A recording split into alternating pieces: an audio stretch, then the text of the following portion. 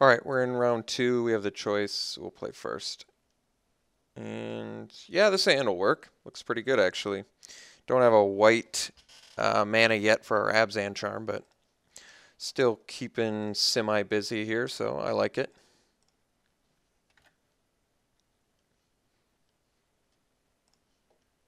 Skull Hunter is actually a pretty good draw. It's going to let us attack in and get the full value on that guy, so I like it.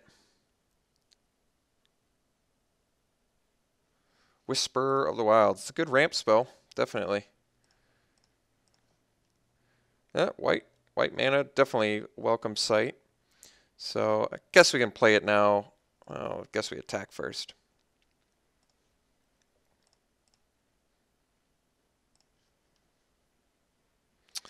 Don't get the most exciting value ever on the Skull Hunter, but value nonetheless. Now we can actually cast Abzan Charm, which is nice too. So Abzan Mirror Match.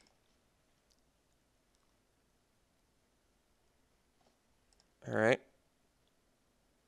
Let's see if he's got a Morph. Oh, Double Whisper of the Wilds. Alright, well, I think we're going to be saving our Abzan Charm for that fatty that he's ramping into.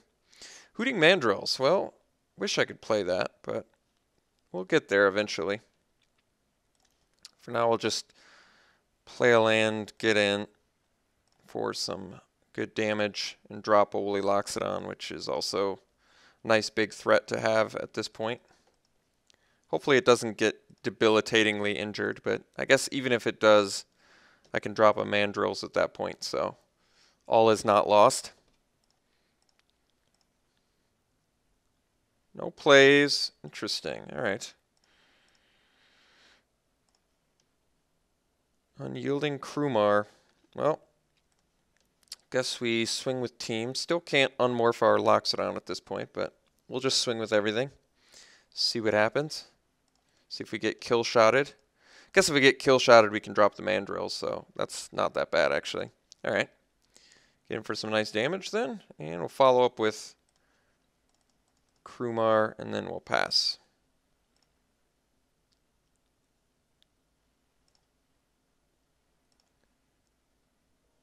Assume he's just interesting.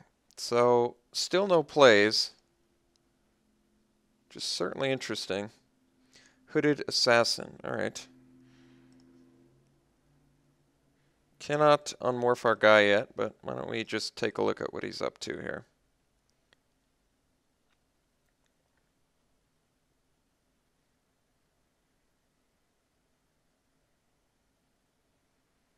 Murderous Cut. Yeah. That is acceptable. So it kills the Loxodon, and we get to follow up with the Mandrills, which is not so bad.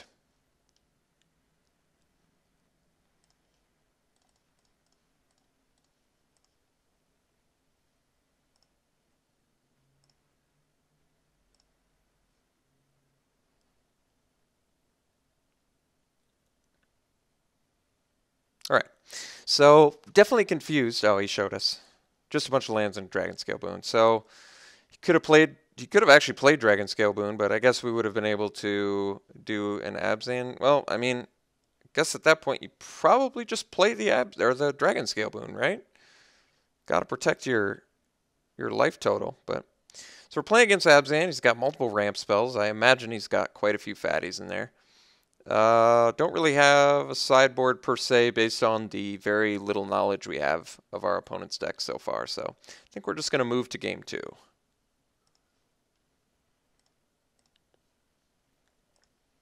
Let's see here. Yeah, this hand looks good. We've got removal, we've got Abzan Guide, we've got all 3 colors. Seems very good.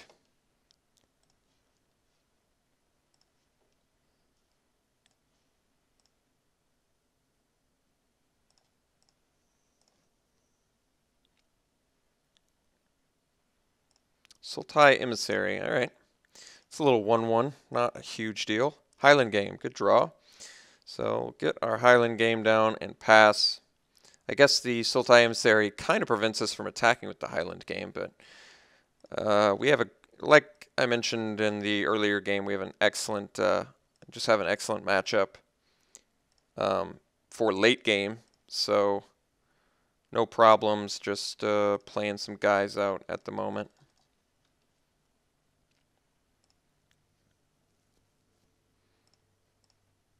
Definitely do not want to trade a Highland game for a Sultai Emissary. This guy's actually pretty good. I like this guy. Holds down the fort reasonably well. No green mana from our opponent yet, so I would like to find a good opportunity to attack at some point, but for now, I think we're just going to drop a Highland game and pass. I don't really like the idea of Grim contesting or dowsing in gloom on that Sultai Emissary, so guess we're just in chill out mode, but I have no qualms about attacking with a morph into it, so there is that. Hooting Mandrills, not bad. Still not worth trading a Highland game just to make it cheaper, so guess we're just going to get in with our morph guy and then drop a Highland game and pass.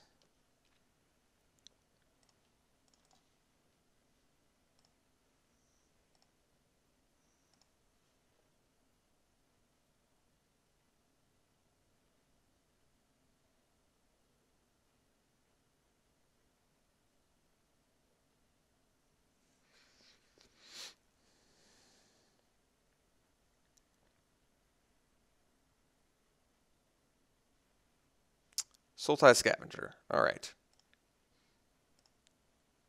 Definitely good after a Bitter Revelation.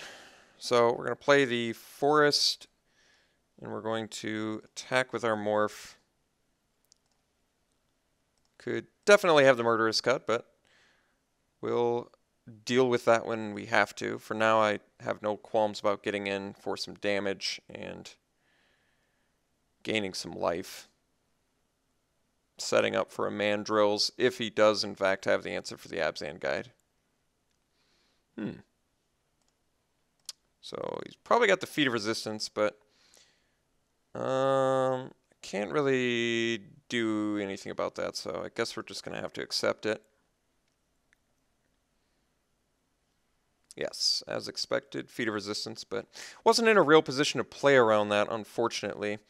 The big problem being if I play around it, he doesn't have to play the Feat of Resistance, meaning if I don't unmorph my Abzan guide, he doesn't have to play Feat of Resistance. So it's just one of those unfortunate circumstances where I was forced to unmorph and he had the Feat of Resistance mana open, which is certainly an issue, especially since he has a 4/4 beater in the air now, but we'll deal with that as we have to.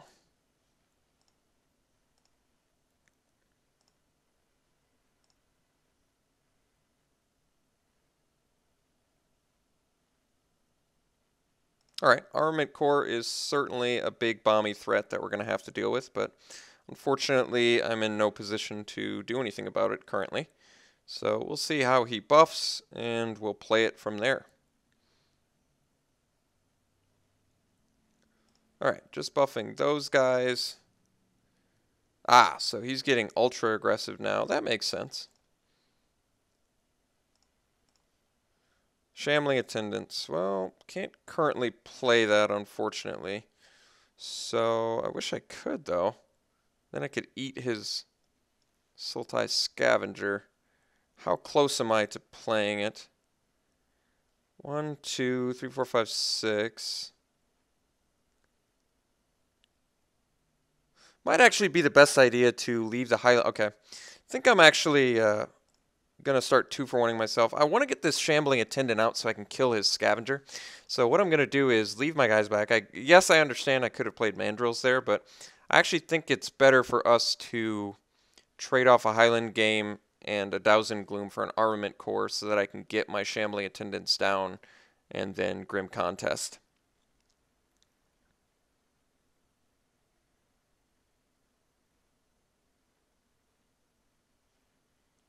So we'll do the Highland game and Armament Core. Could actually just double block it, I guess, but it's not the worst. Well, let's just do this. I don't mind this plan. Gain some life. See what his follow-up play is, of course. Abzan Beastmaster. Well, thankfully we're going to have the highest toughness next turn, so that is a non-issue currently. Gain some more life, very good. So now we'll drop our shambling attendants.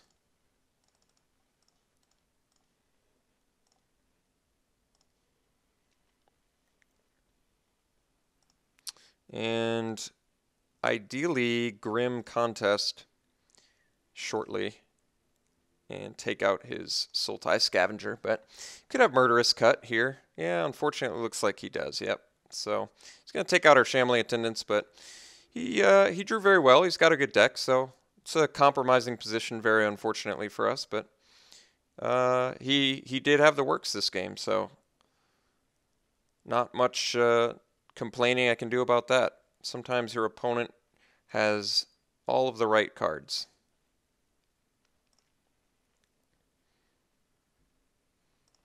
So I guess we'll go in damage prevention mode since we are in a world of problems at the moment. It also makes our mandrills cheaper, which is certainly not to be overlooked. Sultai Flare, quite good. We're not quite out of it yet, which is nice. So I can hardcast Loxodon. He can crash in for 4, 7, 10. That's a lot of damage. I can also cast Mandrills plus morph Woolly Loxodon. I think the main issue with that being I'm not going to be in a good position to Grim Contest to take out the Sultai Scavenger. I think I'm just going to hardcast because it's also tied. This at least prevents him from drawing a card as well. So I think we're going to hardcast this and ideally come up with a good solution to deal with that Sultai Scavenger shortly here. We're definitely going to be close to death, but Grim Contest plus Hooting Mandrills next turn is a very good, reasonable way to get back into this game. So let's see if that happens or if he has the removal.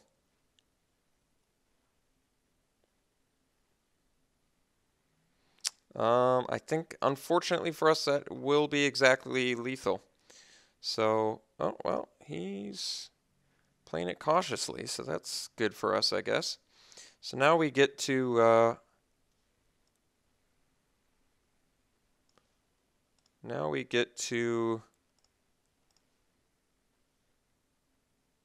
play a Mandrills. And I think I'm just going to go for the Grim Contest right now. Main reason being I want to be able to defend. Because if I Grim Contest on his turn, I can't defend with my Loxodon efficiently. So I think we're actually, even though it's instant speed, we're just going to go for this right now. Alright, did gain some life, but we're in a good defensive position now, so I do like that. We're still in this game, but it is going to come down to draws, which could be difficult. I definitely like this Beastmaster card. I want to play this. I wish we kind of had it in our deck. It's kind of unfortunate we were competing with our opponent here. So it is coming down to top deck modes, which is a tough position because we are definitely behind at the moment. But if we can draw hot and, well, let me think about this. If I Bitter Revelation, he could crash in with everything and kill me, and I'm only left with, I have to be, let me see, I've already used 2 of my, let me see what I could theoretically draw here that would help us. If it's a 4-drop, I'm just dead. Unfortunately, I don't think I'm in a position to cast Bitter Revelation. I do have 3 2-drops I could see. I didn't play a land this turn, so theoretically I could play, I guess there are quite a few draws I could get that would be of good benefit. So maybe it is worth casting. Certainly dangerous. Not making any any illusions about that. I think we go like this. This way, if I draw Abzan Charm, it helps quite a bit. Now, Kintree Invocation is quite good. So let's just take the 2 non-lands, I think, pretty obviously. We'll get rid of these. And we could pass. He crashes in with everything, and we get good blocks. So I kind of like that option. because he is certainly motivated to swing with everything, which would allow us to Douse and Gloom as 2-1 and do some pretty incredible blocks. So I think we're going to make that play, sort of baiting him into lethal attack here.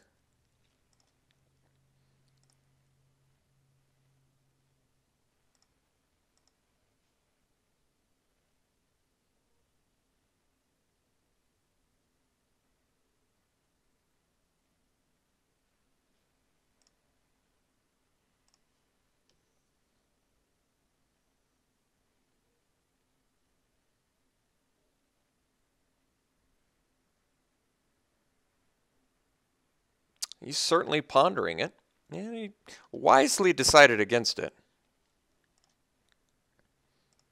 So we're going to Douse and Gloom now, just because I want to get this sort of out of the way. I guess I could save it, theoretically.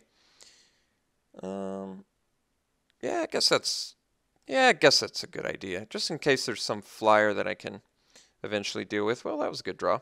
Let's Kin Tree Invocation. Guess I can do that post-combat, but I kind of want to, just in case he's got like Kill Shot or something. We're going to do Kin Tree now, just so I have the 7/7. Then we'll get in with our Woolly Loxodon, see if he's got the Kill Shot. He doesn't have it, so now we're just back into chill out mode here. Unfortunately, we can only cast Abzan Charm or Douse and Gloom. We can't do both. So we're still out of lethal theoretically here. So just trying to bait him into a bad attack, essentially. I knock Guide. All right. Certainly not anything that's going to be making or break the deck. Or the match, I should say.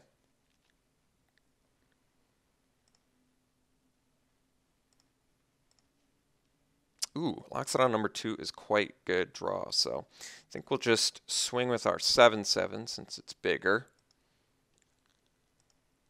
Then we'll drop a Loxodon morphed.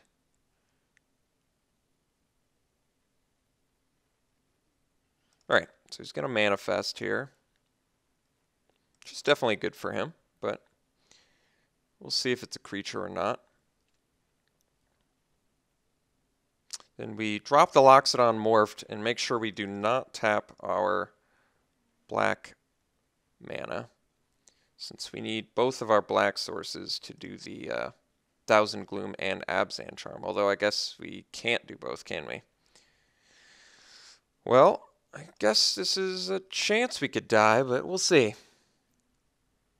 It is an Alabaster Kirin. Well, we'll see. Still don't think we're dead, but it's certainly good for him.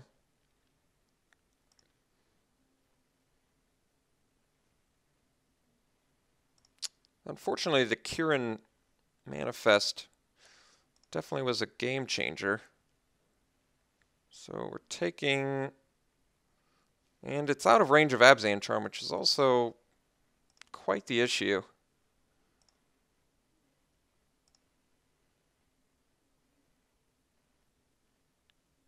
And he's got a follow-up play, which is additionally unfortunate, especially considering it's a powerful one like Destructor Dragon. So, destroy target non-creature permanent. So, I guess he's just going to take out a land. But I should probably take care of this threat now. So, I guess we will.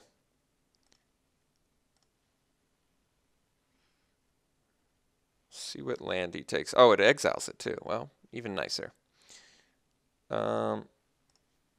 Yeah, I think we're not in a great position here. Let's see here. I've only got 8 mana, including the one in my hand. Right? 6, 7. Oh no, we've got 9. So I guess we'll swing in with, could just swing in with everything.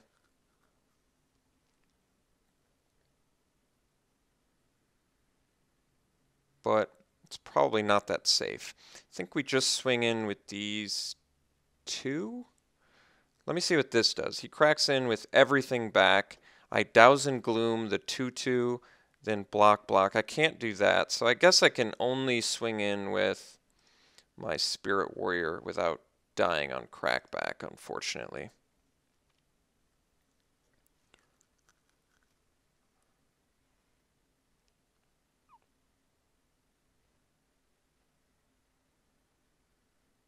Okay.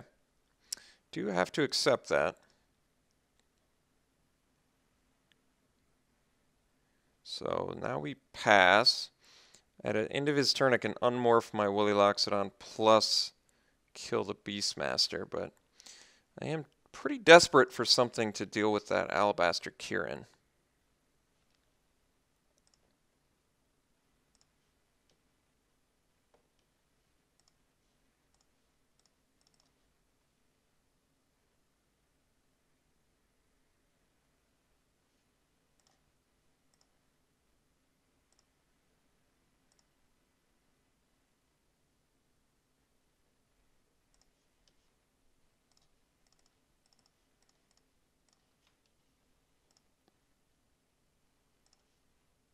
Ooh, well that is certainly something that can bring us back into this.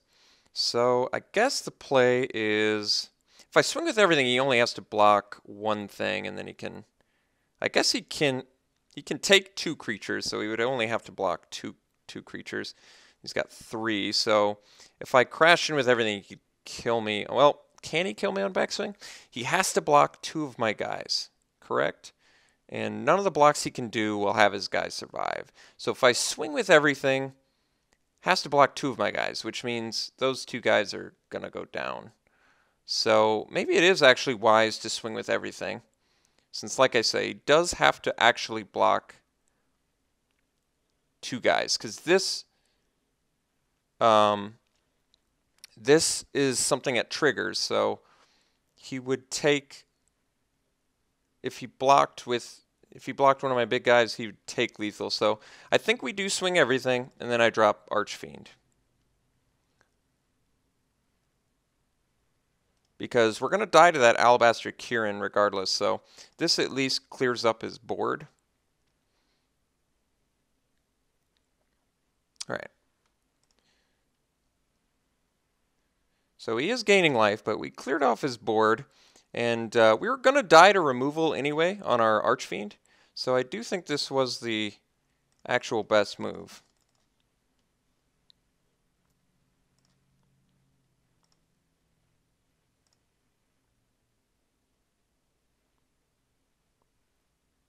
And we got the match. Very good. Wow. Very close game, I would say. Wouldn't you? Extremely close. Very amazing. Close match. Happy to take a victory there. It was a very hard fought, very close match. Very hard fought.